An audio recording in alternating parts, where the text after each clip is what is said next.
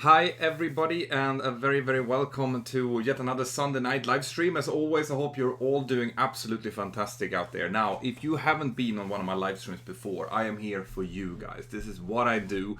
I use these live streams to be able to answer your questions. I know that there's loads and loads of you out there who have maybe something that you think is a silly question, but it's not. This is one of the things that I'm trying to do with my channel. I'm trying to answer the questions that all of you have, even the ones that maybe not know too much about aviation yet. Maybe you are a flight spotter, an aviation enthusiast, someone playing flight sim, or you're a 14-year-old who really want to become a pilot, or maybe you are like me, a 40-year-old almost captain out there, and there's something that you want a training captain to answer. Well, for all of that, I am here, and that is also why I have created the Mentour Aviation app that I hope that all of you who are watching this right now have downloaded. It's absolutely for free, guys. There's no reason for you not to have it. So get there, go there, ask your questions inside. If you tag me at Mentour, I will answer your questions as soon as I'm inside of the app. But there's loads of other pilots in there, pilots who are flying Airbus, pilots who are teaching other student pilots to fly. Loads of people are in there to try to share their experiences, and that's what this app is all about. So I know I keep speaking about it, I know I keep pushing it, but there are some really huge changes coming to the app. You might think that the chat right now is a little bit simple, and it is, but from when I've done my next upgrade, which is going to come within the next few months or so, it's going to change completely. And I want it to become the positive and constructive forum on the internet for any one of you who have questions about aviation. You should be able to go in there and find a safe environment where any question is allowed, where everyone is there to help, and it's completely positive. That's what I'm trying to do. That's what I'm hoping that you guys are going in, getting the app now. And also, please go into App Store and give it a hopefully positive and nice review. All right, it helps to grow the app, and that's what it's all about. We have about 15,000 people inside of the app every month now. I want that to grow by a tenfold at the end of the year. So at the end of the year, I want to sit here and have a live stream with you saying that we're now 150,000 or 250,000 that is sharing this app. So you guys can help me with that by asking questions, by spreading the word. Well, that's what I had about the app. I see that some of you have already started to ask super chat questions. Now, if you haven't been in here before, the way that I do this is that I answer the super chat questions first. Those are people who are actually supporting the channel by paying a little bit of money to ask a question. Now that pops up, so I'll answer those questions. I guarantee that I do so. And if I miss one of your super chat questions, then go into the app, use the submit feedback function in the settings. That will send me an email, and I guarantee you that I will answer it right then and there. All right? Excellent, let's get going. So, the first super chat question we have is from Protodikis. Hi, Peter from Greece. Hi, hello. How many hours do you fly per year, and how do you define a flight hour as a pilot? For example, when you take off or land or what? Great question. So how much you will fly depends on what kind of operation that you're doing, what kind of airline that you're flying for. Generally speaking, airlines nowadays want you to fly as much as legally possible, because that's when they get enough out of you. That's when the airlines kind of get their money's worth from their pilots. So the maximum that you can ever fly during a 12-month period is 900 hours. I fly a little bit less than that. I tend to fly about 600 hours, and that's because I spend a lot of time in the simulator as well, and that doesn't count as flight hours. So a flight hour is generally counted as a block hour. That means that from the aircraft is being pushed back from gate with the intention of flying until you block on, as in you stop the aircraft at the gate at your destination. That is all considered flight time, or that's all considered block time, so that goes against your total time. Now, flight time is when you take off until you land. So we kind of distinguish between those. You have block time and flight time, and your total time is your block time, and your flight time is something different. And then you have stuff like VFR, as in visual flight time, and instrument flight time as well. That's depending on what kind of flying that you're doing. If you're out flying a Cessna visually, then it's VFR flight. If you're flying like me commercially, it's an IFR flight. And then you have pilot in command. That's when you are actually the pick, the captain. I gather pilot in command time. If you are a new first officer, you will be gathering second in command time. but you can also do something called PICUS, which is piloting command under supervision, in order to gain some peak time up towards gaining your ATPL. So it becomes a little bit, crumbled, but easy. The only thing you need to know is block time is from when you start pushing or when the aircraft starts moving under its own power, with the intention of flying, and until it stops at the gate again. Cool. The blocks cam is also gone into the super chat. Thank you very much for supporting the channel. Hi Mentor, have you read the letter from ALPA? What do you think about the US government shutdown and how it affects aviation? No, I have not read that letter. I don't think that I'm not, since I'm in Spain and I'm Swedish, I'm not too involved in the US politics, even though I find it fascinating in the current state. I don't think that the government shutdown is affecting aviation that much, because aviation is one of those things that are not affected. I think that's more like public services and museums and public government, like offices and stuff like that, that is affected. Now, a government shutdown is never a good thing, because it erodes the people's confidence in the government. To use government shutdown as a weapon, as in to get people off their salaries and not pay them their salaries, just to kind of score political points, is not good, and none of the political sides should be doing that. But now I'm getting political, and that's not why we're here. We're here to talk about aviation. So that's the answer to that question. Dog Paulie, good to see you here, Dog. Dog is a long-time viewer of the channel. I do recognize some of your names, guys. Dog is one of those names. Hi and Happy New Year. What do you think will be the big issues in aviation in 2019? Great question. I think that 2019 might be one of those years when it starts kind of going down a little bit again, because we're seeing signs of a global economic slowdown now. And with that, aviation is always affected. It always brings the aviation kind of down a little bit. Now, if that goes together with uncertainty, so that, for example, the oil price starts rising, then it will very quickly start affecting the weakest players in the aviation field. So we will probably see more smaller airlines go under during 2019. We will see more consolidations, as in bigger airlines buying up smaller players, consolidating. So it will be fewer players during 2019. Now, how it will affect jobs is hard to say, because the aviation sector as such is still growing. So the strong airlines are likely to continue to take in people, to hire people, but I think we'll probably see a slight slowdown from the extremely good conditions that's been the last few years for pilots. That could potentially affect new pilots a little bit. It might be a little bit tougher to get that first job. But I don't think that it will go down to these extremely bad levels that we had during 2002 and 2009, for example. I think we'll still have a fairly strong economy for pilots. That's my personal view, without knowing much more than what my experience is and what you guys know. So, Tabax Extra. So you've used the super chat, but you didn't write in a question. That happens sometimes. If you don't want to write a new one, which I understand, then use the Mentour Aviation app, send me a message, and I will answer your question there. Vincent Chen, is the Airbus 350 better than the Boeing 787? No. And is the Boeing 787 better than the Airbus 350? No. Like, we're talking about, these are by large the most economical and the most modern airliners out there at the moment. Okay, by the big players.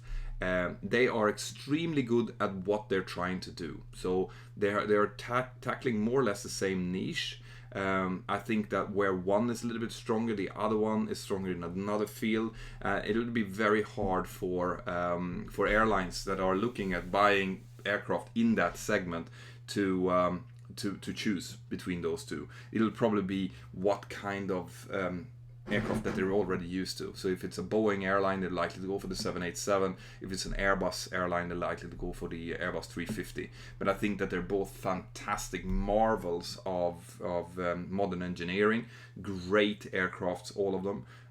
So I would love to fly both of them if you wanted to ask me that. Mudgate Braun, thank you, Mudgate. Can you make a video about 9/11, whether planes really could hit those buildings? I don't think I will do that, because first of all, of course, they could hit those buildings. Why wouldn't they? I mean, the targets are not big, but if you have some flight training, which the hijackers did have, and you've spent some time in a simulator, there's nothing stopping you from at least achieving or trying to achieve that. Now, some of them did. The ones that hit the Twin Towers, they obviously did. The ones that tried to hit, well, we don't know exactly where one of them were heading, but they crashed into the ground, so then they didn't really succeed with what they wanted to do. But in any case, these are subjects which are very, very sensitive to a lot of people. It involves a lot of politics. It's not something that I am either qualified or should be talking about. So, no, I can tell you right now that yes, it can be done. Absolutely, you can fly into a building that big if you're down to the level of, with this kind of skill they have. It can be done. Whether or not they had enough energy, all of these conspiracy theories that are out there, they make me tired and sad. So I don't want to get into them. So, Sam Petros. Hi Peter, how do reverse engines really work? Great question. Now, there's very likely to be a video about that very, very soon. It's funny how people tend to ask me about the things that I'm about to do videos about, but yeah, there will be a video. I will be talking about reverse thrust braking and so on, how aircraft actually do stop on the ground, what we're using and how it works very, very soon. So I'm not going to go into that too much now, Sam. I will tackle that in a separate video that will take it into detail, but I can mention a little bit about it. Now, reverses on modern turbofan engines, the ones that we use on the 737, on the Airbus 320 and all bigger ones, what they do is they basically reverse the flow of the bypass air. So the core engine air still goes through and out the back, but we put down sleeves that stops the air from going through the bypass duct and moves that forward instead. And that's why you hear us throttling up, because about 70% of the thrust from an engine actually comes from the bypass air. So if we move that 70% forward, it means that yes, 30% is still accelerated back, but 70% are now going forward, and that creates the reverse thrust. By the way, all of these silly videos that you see on YouTube about the jet fuel hoax and about how reverses actually or how engines actually change direction in the air. If any one of you knows anything about, for example, how videos are made and the frame rates, you will also know that if you use a video camera and you move and you film something that's moving, when the frame rate of the camera actually matches up with the way that the engine is turning, with the RPM that the engine is turning, when it hits a specific core length there, then it will look like it is changing directions. Just like if you're filming a car, if you look at the wheels when it's moving by, if you look at video of that, you'll see it looks like they're going backwards. It's exactly the same thing. So basically, don't look at those videos. It will just make you angry or less intelligent. Anna, I'm visiting Flight Museum in, let's see, I didn't miss you here. I'm running a little bit behind. I'm visiting Flight Museum at Atlanta soon. Booked time in a full motion 737 sim for fun. My flying experience is one lesson in a Piper. They give instruction. Hope I don't crash. Wish me good luck, and I will accept any advice. Well, Anna, fortunately, I'm here to help. This is kind of what I do. The whole YouTube channel and all of the almost about 350 videos that I have on the channel right now is about the 737. When it comes to specifics, of course, they wouldn't let you into a 737 sim and just tell you, well, here, fly. They're going to give you, very, very basic instructions on how to take it off, how to fly it, how to use the thrust levels, and it will help you in on final, and it will help you to land it. So don't worry about that. All right. Now, if you are interested in seeing how we actually do it, and this is also something when I can maintain myself for the excitement when it comes to the upgrade of the app, because in the application, if you are really interested in these kind of things, as in how we handle the 737, how we use different systems, stuff like that, well then you should definitely get the app right now, because I will be doing those more technical videos. They will be coming into the app. And already, if you're interested in, for example, seeing how we do a rejected takeoff or an emergency evacuation, or how we do an engine failure after takeoff, and how we handle a wind shear maneuver, well then you can get the app right now. You can just go in, get one of the collections. They do cost a little bit of money, but as you can see, it's in 360. You can look around, and if you have one of these, like a 360 headset, it will feel like you're sitting together with me while I'm explaining things inside of the cockpit. It is really, really cool. So make sure that you get the app, because these kind of things will be coming more and more of. Right now I haven't upgraded the content of the instructional videos in the app much, right? But you already have, for example, a full setup of the 737 from dark to from dark to taxi, where I am explaining each and every step that I do, every button that I push, everything I do is in there. And I will be doing more of that. I'm going to do a full flight from A to B, showing you briefings, showing you what we do. That'll probably be about I'm guessing about a 45-minute flight, because that's pretty much what we can put into the app video wise. I'll be doing, crosswind handlings, crosswind takeoffs, crosswind landings, raw data flying, what happens if you lose hydraulic systems. All of that will come, but it will come inside of the app, because some of those videos is going to be too technical for people who are not really, really, really interested in aviation.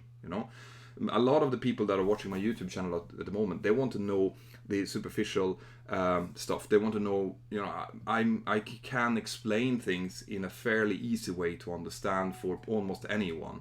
But if I want to go into the more technical stuff, as in how the hydraulic system works and how that affects us when we have to fly without hydraulic system, for example, that might be a little bit too hard to handle for someone who is not into aviation.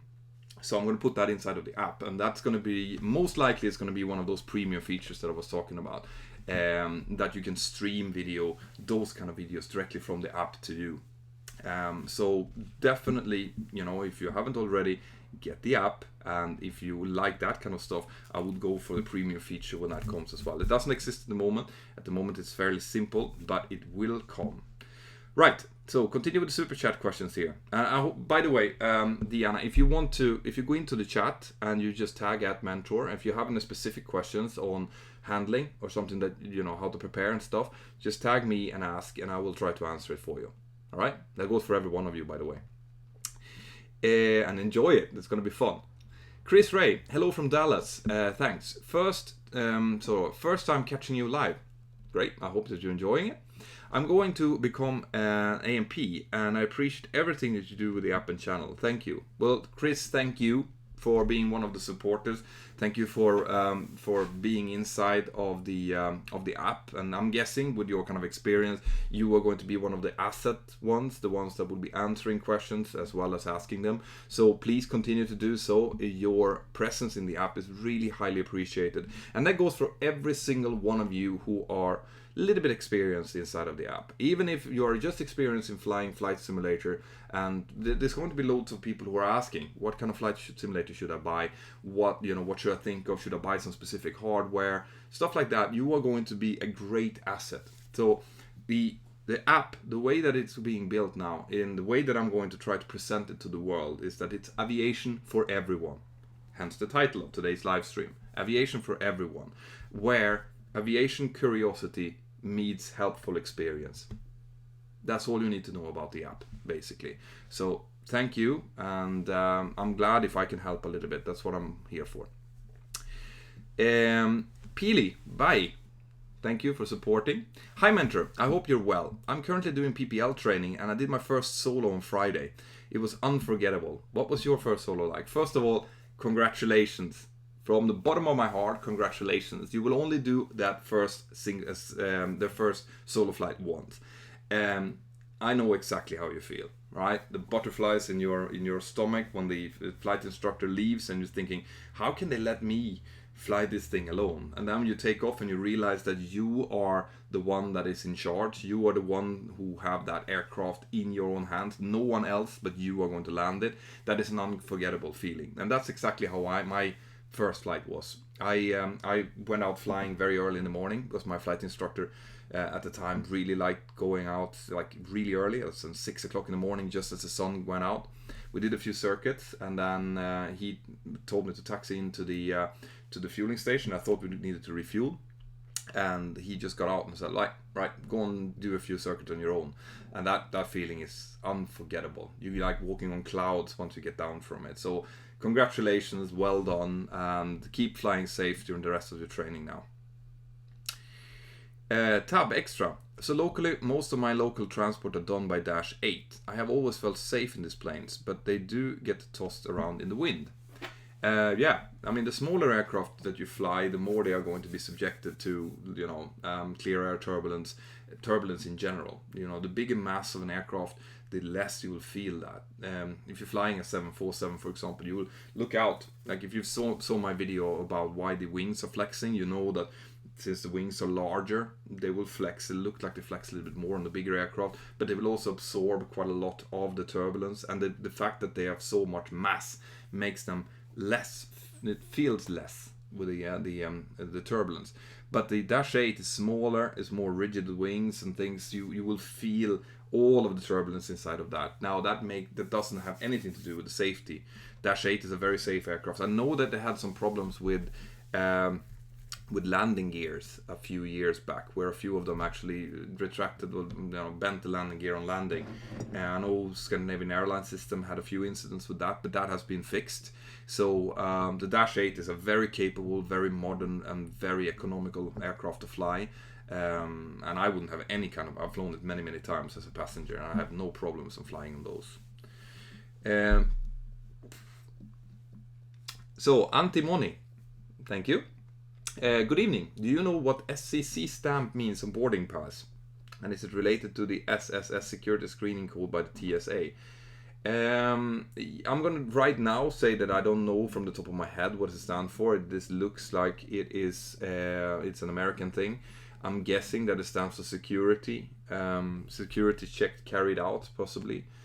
That is my likely guess, just off the top of my head, but I'm not going to swear on that. There might be other Americans that are watching this that knows exactly what it is. In that case, you can ask them inside of the app chat again, or here in the chat. By the way, I'm going to be answering some of the questions up in the chat very soon. I just need to go through the super chat questions first, because that's what I promised. Hi Pete, tomorrow I have ATPL exam, aircraft general. My question is, when checking fuel gauges, what is there? According to the question banks, is fuel temp or fuel pressure? Which one? When checking fuel gauges, well, it wouldn't be fuel temperature. Most likely, well, depending a little bit on what aircraft we're talking about here. I mean, we have both fuel temperature and we don't have fuel pressure, really.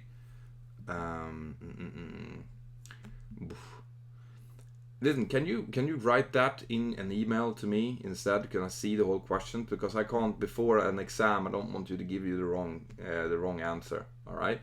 So when checking fuel gauges, what is there? Well, I mean, we do have fuel flow, we have fuel temperature, but that's separate. That's separate from the engine instrumentation. The fuel temperature we can see in the tanks. We monitor that, for example, to make sure that the fuel temperature doesn't go too low, because if it does, you can approach the freezing point of the fuel, which is not good. That actually caused a 777 to land without engines a few years back in Heathrow. So I'm gonna guess that in your case it's probably fuel pressure that they're after. But I did my ATPL exams about 20 years ago. So from the top of my head, that's what I can say, just relating to what I do myself. Man, I am running behind here. It's great to see how many of you who are engaged in this, by the way. It's absolutely fantastic.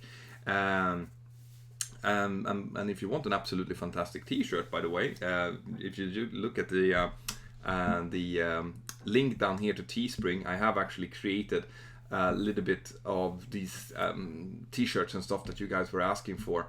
I'll see if I can get you there we go. So you can get an absolutely fantastic t-shirt if you want, or a mug, or something else. Today my captain sucked, for example.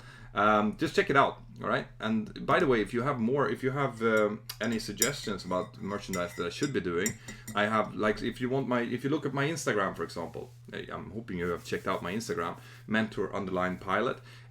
If you want any of the pictures that I'm posting up there to be turned into a mug or something like that, then just tell me. I can do that at a flick of a finger, if you guys are interested. So that, back to the questions. Mentor, did you finance your own pilot education? No, I did not. From Andreas Fritjof. I was fortunate enough to be selected into a government-sponsored program in Sweden. That started as part of the Swedish Gymnasium when I did it, and I did a series about that. If you look into the channel, you can find a video series about how I became a pilot. Now, they are embarrassingly old, right? The video and audio is terrible. So what I'm likely to do, if you guys are interested, is I will do a new set of those. I will probably go and visit my old flight school, look at the old hangars where I did it, go all the way back to Örnsköldsvik where I started my flying together with my dad. I'm likely to do something like that, which is a little bit better for you to understand it. But no, the answer to your question is no. It was funded by the Swedish government. There was only 30 spots available in the country, and I managed to grab one of those, which I'm immensely proud of. Hello, Mentor, from FBX97X. Fahim. Hey, Fahim. Hope you're doing absolutely fantastic. Why do pilots sometimes start the engine number 2 during taxi? Yeah, some airlines have a single engine taxi as part of their SOPs. That might be to save fuel, all right? So they might be waiting until they get a little bit closer to the runway to start one engine. It's perfectly okay to taxi the 737 on one engine, not a problem at all. Now, in my airline, we don't do that, right? We start the engines when we're close to the gate. In case something would happen, we can easily just be pulled back onto the gate. And you don't, even if you do save a little bit of fuel, the downsides that you'll have when you actually face a problem are so much greater than that. We don't do it, but I know that some airlines do. What we do though is that after we've landed, if we need about a 3-minute cool down, the engines needs to cool down about 3 minutes. Once that's done, if we have a long taxi route, well, then we shut down engine number 2 and we taxi only using engine number 1 into stand. That's subject to us not being too heavy or it being a lot of up slopes or stuff like that. But we try to do that, and that's obviously to save fuel, that saves the environment, that saves money for the airline, it's good for everyone. I think that in the future we will have all the little electric tugs that will be pulling us out into a dedicated start area close to the runway where we'll all start our engines, because it is tons and tons, probably hundreds or even thousands of tons every year that is being wasted by aircraft just standing in line waiting or taxiing out. It's not very smart. Alexander Piskors, what do you think about the new General Electric 9X engines? I think they're huge. That's what I think. I haven't looked into them too much, but I mean, they're just becoming more reliable and better and better and better as we and bigger and bigger and bigger as we go forward. So since I don't know exactly the specifications of them, I'm not going to sit here and guess. But you know, from what I've seen, the little documentaries and stuff I've seen, it's a marvel of engineering. We're getting close to the point now where we can't make the engines much more efficient than they are.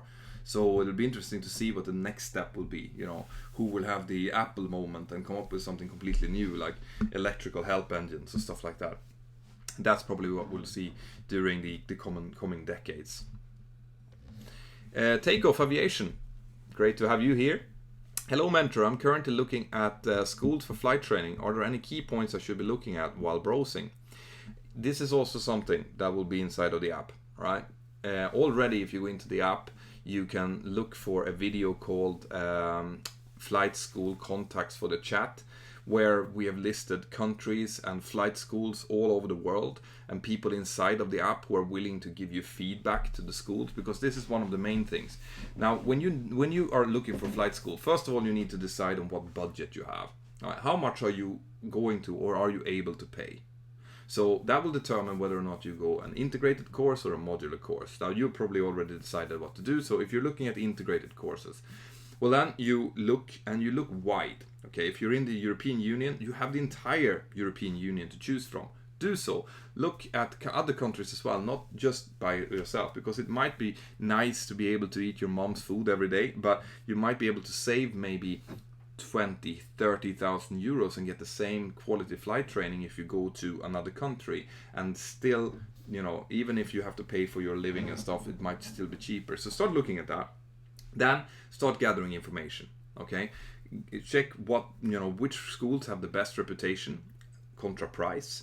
Don't be too cheap. The cheapest schools probably, unless there's something extremely rare, the very cheapest schools, the ones that are below 50,000 euros for an integrated course, should be very careful with. All right, because my experience says that any school that goes below the 50,000 mark, there might be something that you need to look into. I might be wrong. There might be an extremely cheap area of the world to train in or something, but don't go too cheap. Right?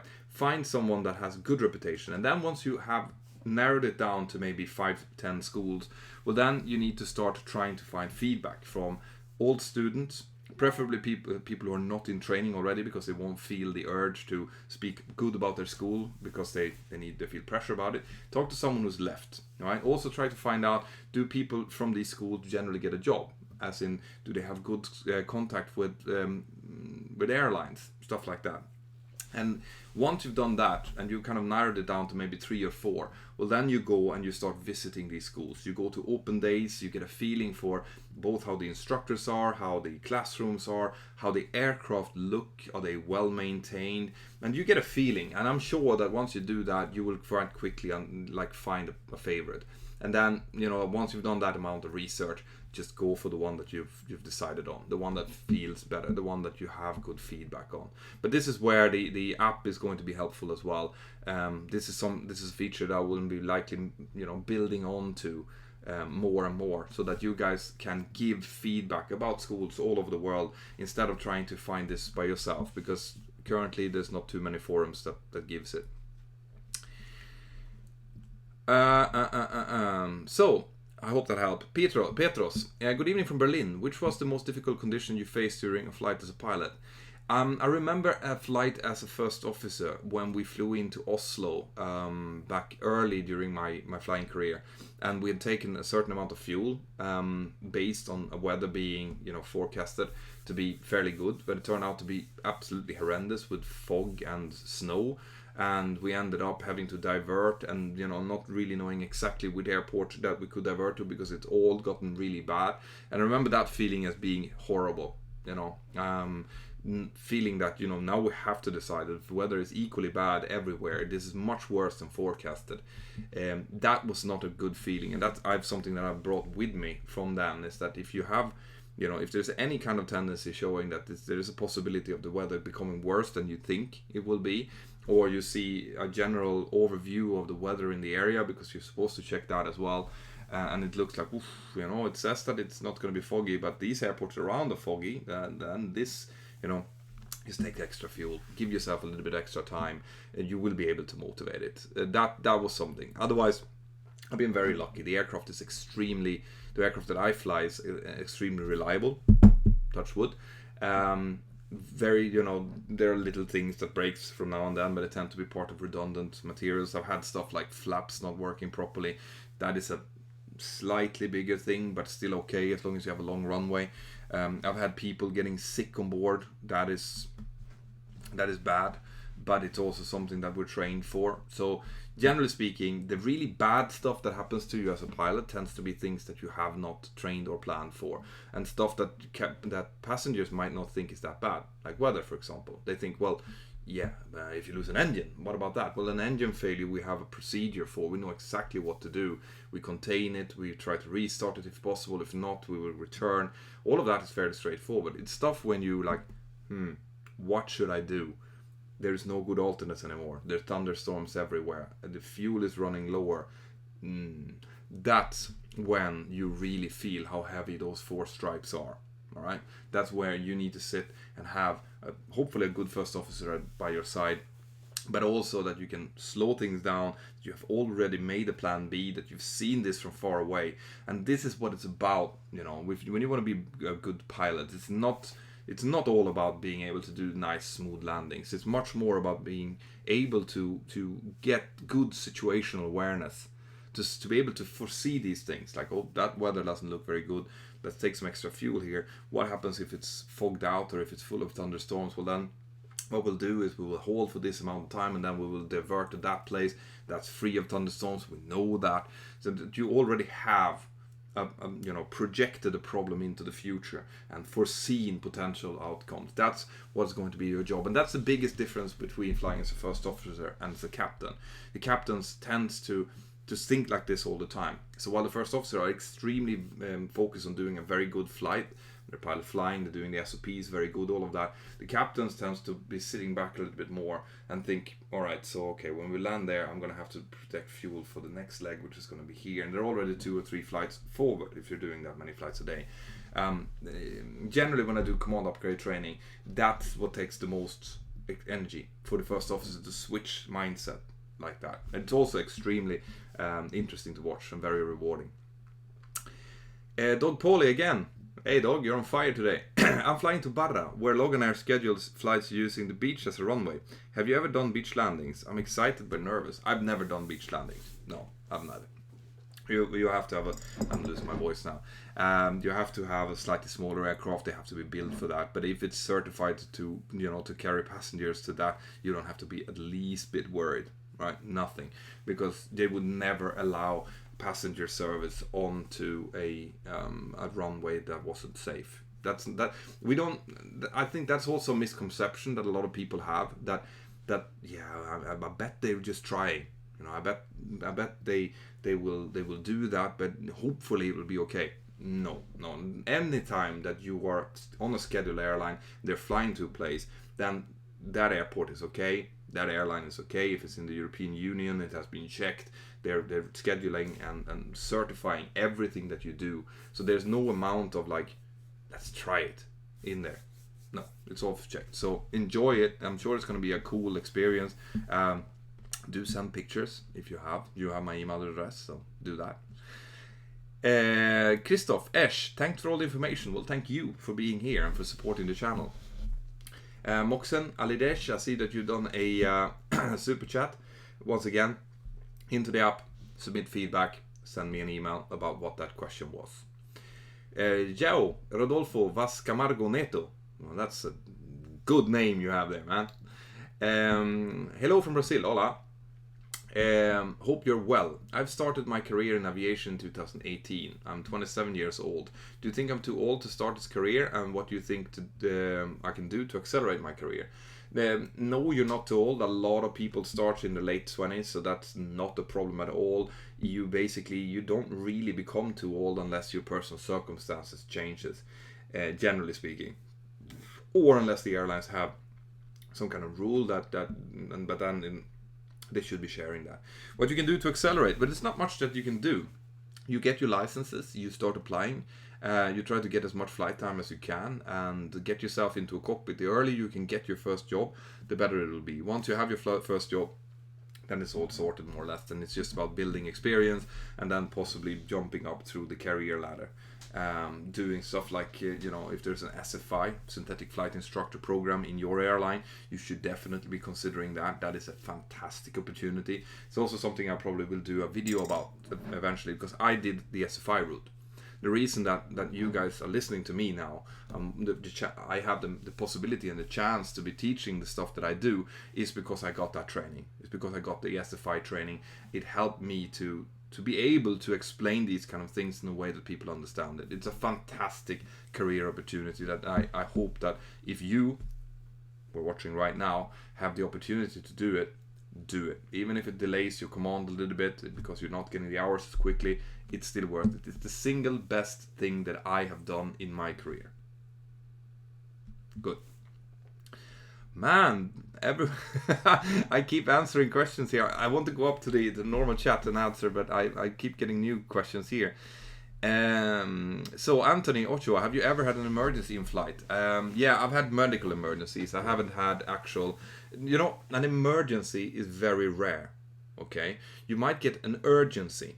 That's when, for example, an engine failure, it's not an emergency as such, unless there's something very, very, bad with the engines, like the Southwest flights that had the engine exploding, and then it's an emergency. If you have a contained engine failure, just a spool down, it can be an urgency, a pan call instead of a mayday call. I know Captain Joe did a video about that not too long ago. I think it's good.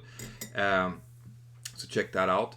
But an emergency, full-blown emergency, that means that there is a threat of the safety of the aircraft. As in, there is a potential that the aircraft is not going to land safely. Then it's an emergency. That's when you're down to only one critical system, for example. Like in theory, that's when you're down to one engine, but you down to one electrical system, one hydraulic system. Even that doesn't need to be an emergency, but fire on board, problems controlling the aircraft, the flight control problems, that's an emergency. Uncontained engine failures, engine fires, that's an emergency. So no, I have been lucky enough in my almost 18 years now to not have one of those emergencies. But I've had medical emergencies. That's when it's a threat to the safety of a passenger, right? But it's no threat to the aircraft as such. Alex Calix, thank you very much for your support. Are Boeing keeping up with Airbus from Tab Extra? That depends on how you define it, because Boeing is actually selling more aircraft than Airbus at the moment. They did a very good year in 2018. But technically, yeah, they're neck to neck. They're very, very close in their technology. Sorry, I'm going to have to...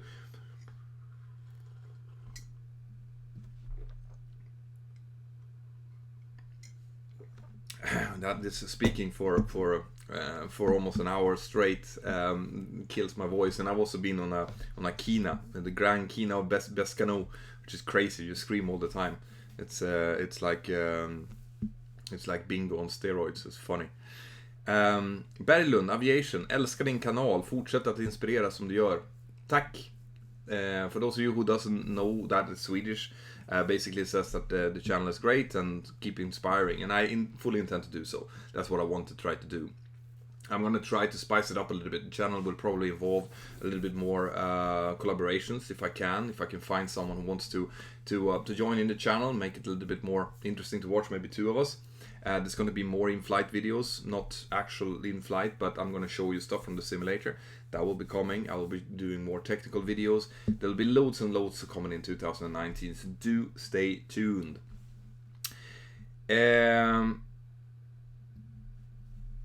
Okay, what is the outlook look like for low-hour graduates? Yeah, we talked a little bit about that in the beginning. I think that it has been looking very good for the last few years. I think it might be going down a little bit now. Depending where you are in the world, it's very depending on that. I do still think that it's going to be very good. I think that there's going to be a high chance of getting that first job for a lot of low-hour cadets, especially in the European Union. As long as Ryanair keep expanding like they do and keep hiring almost 1,000 cadets per year, that is going to suck up a lot of low-hour cadets. And there's also going to be, things opening up in places like Norwegian, I think, is doing so. I think Wizz Air have a good cadet program as well. British Airways have been taking in not low-hour cadets, but fairly low experience first officers as well. So there's loads of stuff happening, but I think that it will probably slow down a little bit now from where it's been. Anthony Ochoa, Mentor, have you ever had an emergency in flight? Yes, like I had said before, so I answered to that already. Ryan Gordon, hello from Canada. I very much enjoy your videos, so great. I'm not a pilot of any sort, just a frequent flyer. I just wanted to say thank you to all the pilots out there. Thank you for keeping the sky safe, and I do second that. Thank you to all of my colleagues who every day fight to make air travel the safest transport in the world. You're all doing a fantastic job. I know how hard you're working, and I thoroughly appreciate that. And I want to include in that not only the pilots, but the people who keep the pilots safe, the engineers, the ground workers, even people who are working with the baggage handling, who are putting the baggage in the right way, who are securing the freight for us. All of these, we are all a big team. We're all working to achieve the same goal, which is the safety of the flight, and everyone is an integral and an important part in that work. So it's not just the pilots, even though we're the ones who are sitting in the front, actually driving the thing. It's the whole teamwork. It's security personnel that's working to keep us safe. It's those of you who go through the security scanners and see the security personnel that checking every single bag and checking you. They're all part of this as well. So big shout out to all of you. So do you recommend online ground school university? I don't know them, so I can't do that. I know online ground school. the only ground school that I know that are doing a great job is Bristol Ground School. I have a friend who works there. And I know a little bit about them. I know that they have a very good product and that they do a good job. So Bristol Ground School, I can recommend partially, even though I haven't checked them out. But this online ground school university is not something that I know anything about. So sorry about that. Well, so let's see. I'll go up and take some normal questions now. Some non-super chat question here. Jonas Priebe, can someone answer me? I missed your question, so I can't really. So, except from start and landing, doesn't it get boring in the cockpit during long flights? Yeah, it can be. Right, the job is not one of these jobs where you're frantically sitting like, yay! There is no such jobs, right? There's no job out there which will keep you constantly deliriously happy from when you get to work until you come home. Those jobs doesn't exist. The people who fly the space shuttle doesn't have it. Even the guys, I always use this as an example, but even the guys who ran Top Gear, whose job it was to go together with a few mates and drive supercars all over the world and get millions of pounds paid, even those people got bored, right? Even Jeremy managed to get himself fired because his hot dog wasn't warm enough or whatever, and he started mistreating people around him. So that just goes to show that yes, you can get bored, no question about that. And long 4-hour flight, if you're flying with someone who you don't have a good connection with, whatever, you don't have much to talk about, you filled out your paperwork and now you have 3 hours left to go. Of course you can get, but it's up to you a little bit. I mean, I keep myself busy. I think about what I can do with a channel. I keep, researching stuff. I have manuals to read. I need to keep myself up to date in order to be instructing others. So there's always stuff that you can do, even if the job in itself doesn't have something active that you need to do, except obviously monitor instruments and the radio channels and all of that. What happened if both pilots died or are unable to fly? Can you talk a little Danish? I can't speak Danish. I can hardly understand it. I'm from up north in Sweden. We even struggle to understand the people from south of Sweden sometimes. So I can't. I would try to, but I would make a fool of myself. If both pilots died, you would have a huge problem. All right. Hopefully, you're flying on a flight where we have deadheading pilots, which happens on a lot of flights nowadays. Those deadhead pilots could probably get in, or could get in, obviously. Even if it's a deadheading non-active pilot from another airline, they would obviously save the day if that was the case. If I was flying as a passenger on Airbus 380 and everyone in the flight crew died, I would still be better than someone who was not trained, but I wouldn't be safe to fly that aircraft because it's such a ridiculously different aircraft to fly that I would probably need to speak to someone on ground control, try to find a frequency where I could find another pilot who could explain a little bit, but I would be able to most likely get the aircraft down. And by the way, that might be something, it might be a great episode if I can get my hands on an Airbus simulator and they throw me in there and see what I can do. I think it will probably be very embarrassing, but it could be interesting. Same thing if an Airbus pilot comes in to fly Boeing. It's probably easier for an Airbus pilot because the Boeing cockpit is more similar to all of the initial training that you get when you do your instrument type rating and stuff. The Boeing cockpit, especially on the old one, the classic ones, but even on the NG, is more similar to that. You have a yoke, you have a thrust lever. If you disconnect everything, you drive it and you put thrust. It's fairly intuitive for someone who's done their training. An Airbus is a little bit more advanced, so that will be more interesting, I think. We might put this to the test. That would be fun.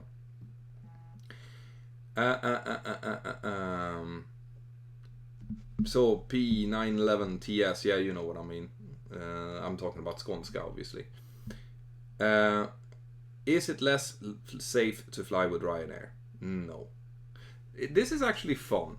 It's an interesting question because A, there are no unsafe airlines who are flying in Europe.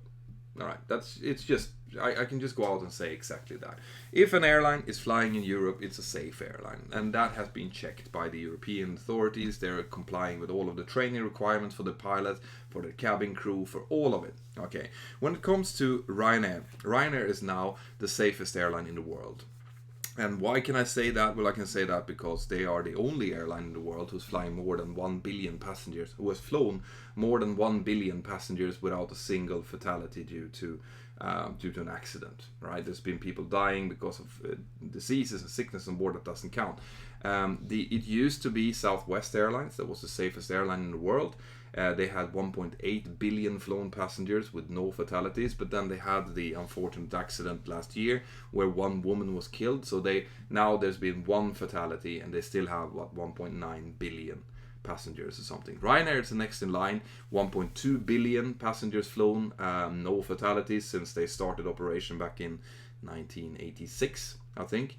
There are many airlines out there who doesn't have any fatality, but if you look at the amount of people who are flying, then it was Southwest, now it's Ryanair, then it's EasyJet, and some other airlines coming after that. But that's how you could look at it, all right? And that's probably how you should look at it as well. So these things about airlines, like low-cost airlines being less safe, it's actually, if you look at the statistics, normally the other way around. They need to be even more thorough because they know that any accident that would happen because of the low-cost model would be absolutely the end road for that type of business. So they're very thorough when it comes to the safety work. Right? You might have issues with the politics of them, or how they treat passengers, or how much in-flight entertainment there is and stuff, but that's secondary. That doesn't have to do with safety. So let's see. Sam Petros, what's that colorful round plate hanging behind you? Oh, that's something that my son William did in school. So this is my office. As you can see, it's quite colorful. It means that it's full of loads of stuff. Like I have my Bose headset here for whatever reason. This is my A20. I'm using my Pro Flight at the moment. Hopefully, well, maybe you saw that I did a giveaway over Christmas of Bose Pro Flight or A20. It was a lucky guy in India that bought that won that one. There will probably be more of those giveaways eventually. I will do that over the channel next time, and not over Instagram. But yeah, that's secondary.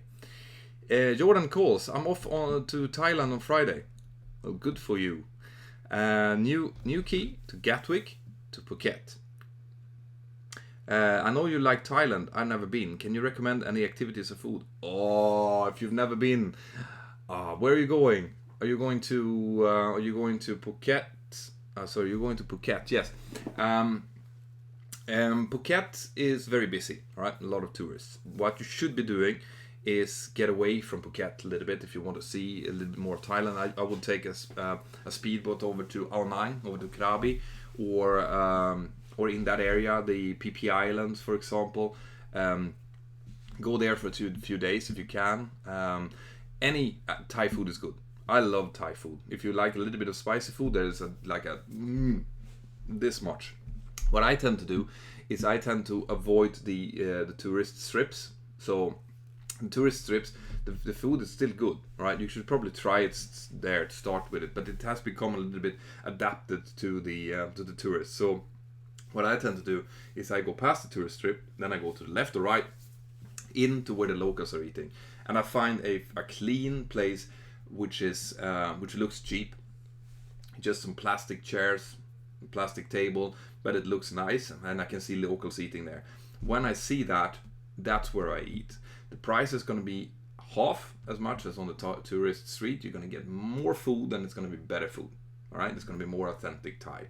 Just be careful with obviously things like eating ice cubes. Don't have ice cubes. Always drink the Coca-Cola from the get yourself a bottle or a can. Don't avoid the water if you can. But otherwise, the food is fantastic. It's one of the main reasons why I actually might go back to Thailand in February as well. We haven't decided. I have 2 weeks in February off. And I'm thinking about maybe going to the Caribbean, or maybe going to Thailand, or even going to Vietnam. I haven't decided yet. Feel free to give me suggestions if you're out there. It would be cool to meet one of you guys on the other side of the world. Cool. So I'm staying in Khao Lak, 1 hour drive north of Phuket. Nice. Khao Lak, I think, is nice. I've heard good things of that. You are going to love it. I can guarantee you that. All right. Eat the food. Be nice to the locals. The local people. They're fantastically friendly. The Thai. Just enjoy the beaches. It's great. So, have you ever flown a RJ? If so, what are they like? An RJ?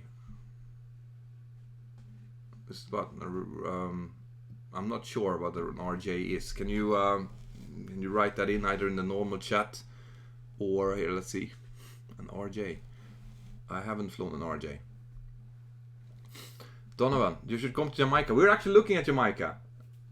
Donovan Stedman, where should we go in Jamaica? Go into the Mentour Aviation app. Send me a feedback there, because we were looking at actually going to Montego Bay or something. Jamaica, man. I would love that. Right, so Ariel Valise, greets from Argentina. I love your videos. Well, thank you. What is the toughest training you get in order to be more prepared to handle extreme and bad situations? How do you build resilience and mental preparation as a pilot and as a person? Well, the training is all done for this. All of the initial training that you get in order to know the aircraft and know how the aircraft reacts in different situations, stall, power stalls, unpower stalls, all of that gives you the foundations to stand on. Then on your type rating, when you do the type rating on the 737, well, then you prepare yourself for different kind of scenarios, situations, which gives you a mindset. If a failure happens, I will take these steps. And that is to take you away from letting your emotions take hold, all right?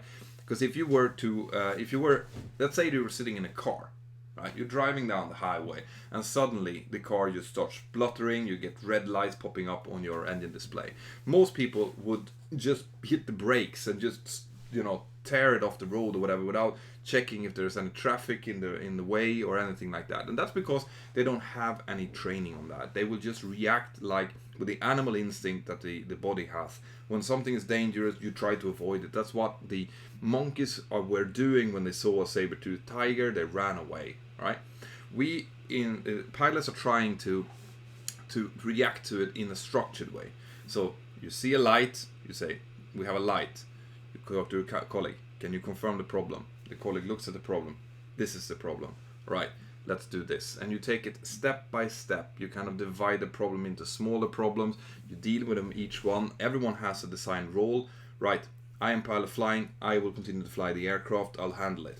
Pilot monitoring will deal with the problem. So that's how we build resilience, by having a decision-making model that works even under pressure, and following that like slaves. We have to do it this way, because not only does that help you individually, it also helps the rest of the crew, the co-pilot, the cabin crew. They are expecting you to follow a certain procedure when certain things happen. Now, nothing can prepare you from the things that like happened to Sully, for example, that suddenly you have dual engine failure just after takeoff, then comes down to your experience as well and how you are as a person. Hopefully you're one of those persons who under pressure becomes calm and start focusing and prioritize what is important right now and go for that. But you will never know that until you're actually being subjected to a situation like that. In the sim, you will be under a different type of pressure. You will know that you need to perform, and hence you will be under a certain amount of pressure, but you won't feel the fright of death. You know, nothing can really prepare you for that. So this is why we have personality tests. This is why you will go through these suitability tests before you join a flight school, or any good flight school anyway, to make sure that you have what it takes. All right, because these kind of things you don't want to find out in a critical situation that you're one of those people who actually freezes under pressure. That is not something that you want to do. This is why I keep telling people that please do these suitability tests. The flight school should be giving it to you. It should be preparing you, saying that, listen, you have this personality, maybe you shouldn't go down this road. Or, yeah, your personality shows all of the signs of being resilient. This is what you do. But then it's all about training. Like I said, continuous airline training, listening to it, being, knowing your aircraft, being technically prepared, being up to the job, basically. That's it. So, Kasaba Temesvari, what is the next step in your career? You never know, really. At the moment I'm very happy. I would love to, at the moment I'm a training manager. I work as a type rating examiner and instructor and line training captain. It's pretty much as high as I can and want to go in the training organization. If I go higher, if I try to, I will have to apply for a higher job than that, then it will become more administrative. What I would love to do is work more with people like you, being a mentor for new pilots, helping new pilots out, going out to speak to flight schools, to maybe to new pilots, things like that. That's what I would like to do. This is why I created the channel. This is why I created the app, because I wanted to create my own forum, my own way of controlling this, not inside of my airline, but something that I'm creating myself. So I view my career as now splitting a little bit in two, where I am on one side a professional pilot that will do my job as best as I can, and on the other side a social media entrepreneur that does these things: the YouTube channel, the Instagram, the app, the Facebook channel, all of that, to try to create a positive and constructive forum for you guys to enjoy. All right, that's so. When it comes to that, I think on one hand my career as a pilot probably will sit approximately where I am, unless something happens to my airline, something happens to my circumstances that requires me to change. But I'm very happy with my current employment. I'm very happy where I am. I would love to work more with that as well. Like I said, go out, speak to new pilots. But likely it's the other side. It's this, YouTube, the app, that is going to be growing. That is what I'm going to be focusing on trying to reach higher on. Right? So I hope that makes sense. And you are an essential part of that. I need you guys. I need you guys to give me feedback. I need you to spread the word about the channel. I need you to get the app.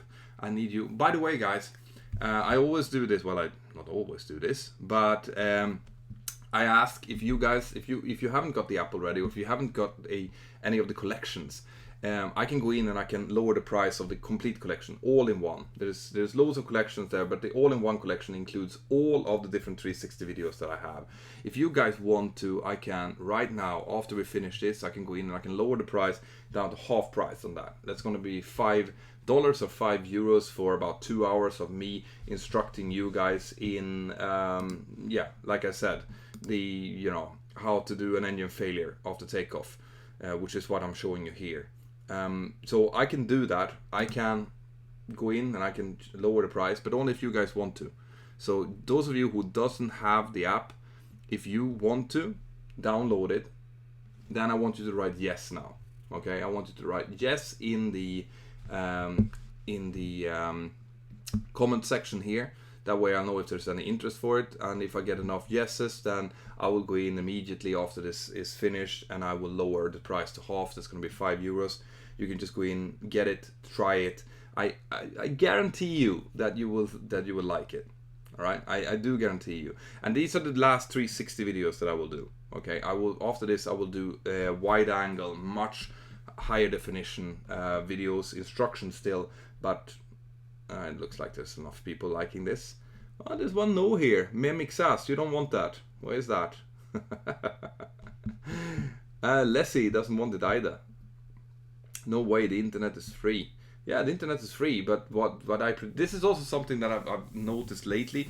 I've had a lot of questions. Why does this cost money? I'm going to give you an example, right?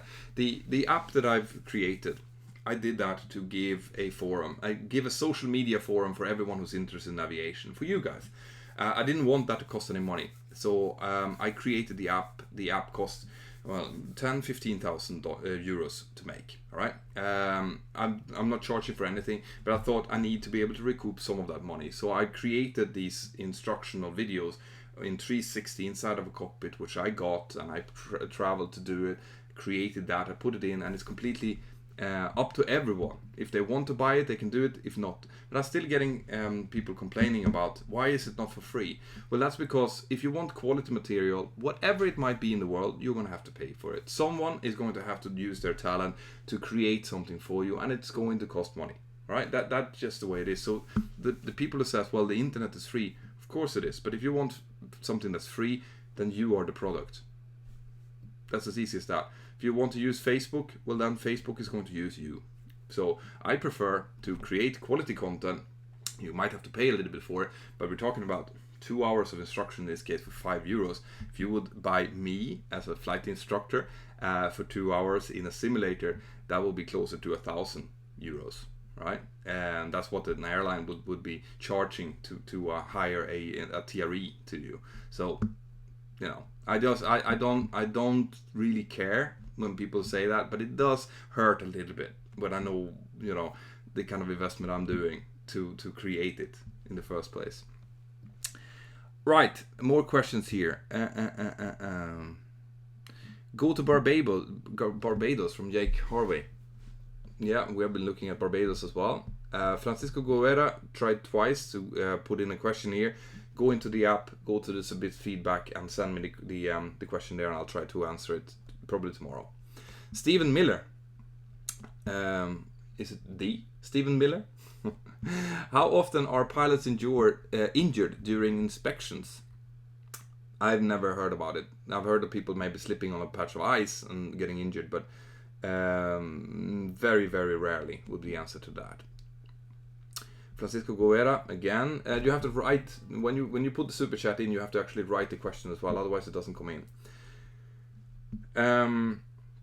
So what do you think about the ionic wind aircraft at MIT from Jude Barron? Great. You know, we need to create new technologies. We need to be better at, you know, finding power sources that doesn't use the resources of the planet. It's as easy as that. If we're going to go forward as a species, we're going to have to do that. Otherwise, we're going to have to go backwards. We're going to have to stop air travel altogether. So what they're doing at MIT, looking at new power sources in order to power aircraft and stuff, that's the way forward. Rick Stamper, your thoughts on the Piper Saratoga and the JFK Jr. crash? I haven't actually read the book or the investigation into that crash. The Piper Saratoga is a great aircraft. I don't know exactly why it failed in that occasion. I'll have to read up on that. But I like the Saratoga. I haven't flown it myself, though. I've seen it. And Maurizio Mariano. Happy New Year, Peter. Well, Happy New Year. In 2019, you achieved 1 million subscribers. Thanks for sharing lots of good information. Well, I don't think that I will be able to achieve that in 2019, but I will achieve it eventually, and that's with your help. All right, my goal is to go up above 1 million subscribers on the channel. I'm going to need your feedback and your help to do that. It's probably not going to happen in 2019, but I'm aiming, hopefully, I can go over maybe 500,000. That will be a good goal for 2019.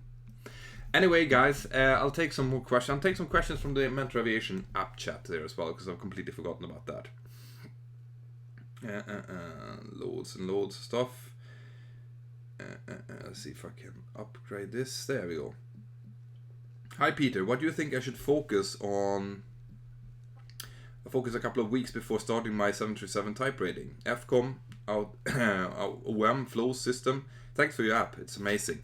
So, Spino Santos is asking this. He's using the app because he's just about to get into the to the type rating, and this app will help you to understand scan flows and stuff. If you're at that stage, you need to first focus on the technical part. Start reading the technical manuals. Get as much as possible of that done, because that means that when you start getting into the ground school course on your type rating, well, then you can continue to do the CBT and stuff, but you can also find whoever you're going to do your type rating with, and you can start going into the paper tiger and practice scan flows and SOPs together. So the more prepared you are technically before you start, the more you'll be able to prepare with your partner when it comes to scan flows and SOPs for the fixed base session and full flight sessions later on. So that would be the way that I would do it. More technical now, more FCOM and later and stuff when you're actually in the ground school. It doesn't stop you from actually starting to open and look at FCOM 2, the operations manual part, chapter 8, stuff like that. But anyway. Okay guys, I've been doing this for over an hour now. I'm gonna have to finish it off. I'll take the last question now from Jake Schroeder. When you did the video on rolling the 737 completely over, what kind of motion did the simulator have?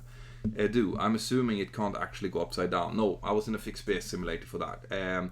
It would, in a full flight simulator, it would indicate the initial turn, but it would just indicate that initially. The motion might be a little bit weird when you're trying to do that in the sim, because it will try to, it's going to try to fool you that you're rolling over, all right? But then obviously when you've turned 180 degrees around, it's going to try to fool you from the other side. So I'm not sure.